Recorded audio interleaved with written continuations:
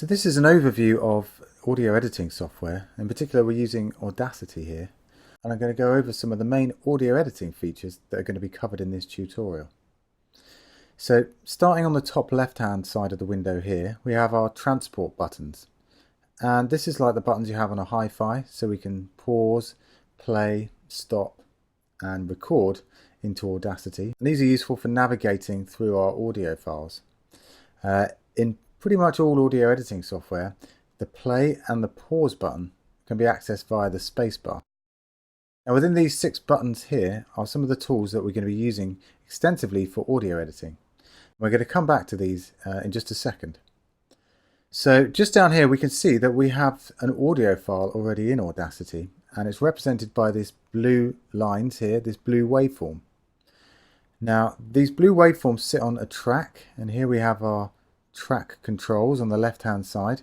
Now we can tell here this is a stereo track because it has 2 audio waveforms on one track here.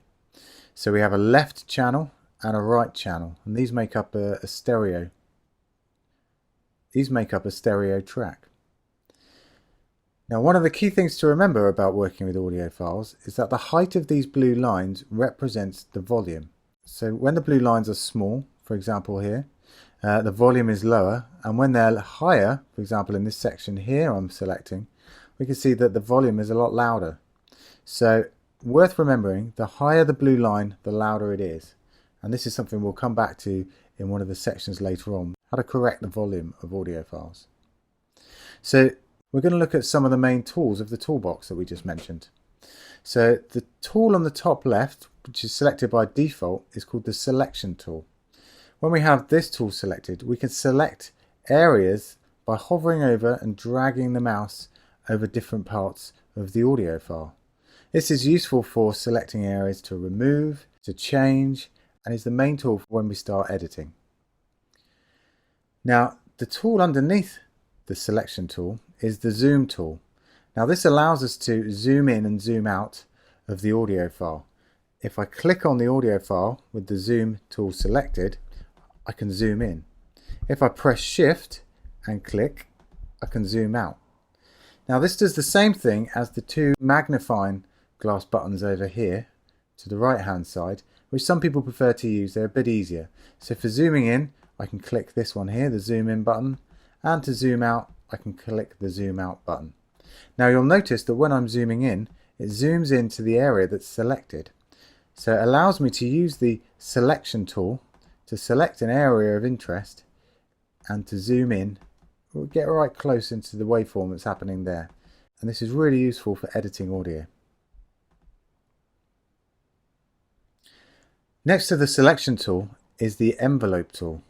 And this is useful for creating fades and for changing the volume of areas of the audio file. And this is something that's covered later on in the tutorial. The final tool that we're interested in is underneath the envelope tool, and is called the time shift tool.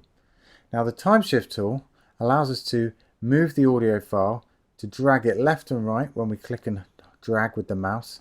So we can realign bits of audio to come before or after, and to resequence and rearrange audio when we're editing. And this brings us on to the timeline. Now the audio is represented here, where the audio is shown on the timeline from left to right across the WAV file. So I'm going to play back the WAV file here, but I'm going to mute it so we don't have to listen back to the content for now, by clicking the track's mute button just here on the left hand side.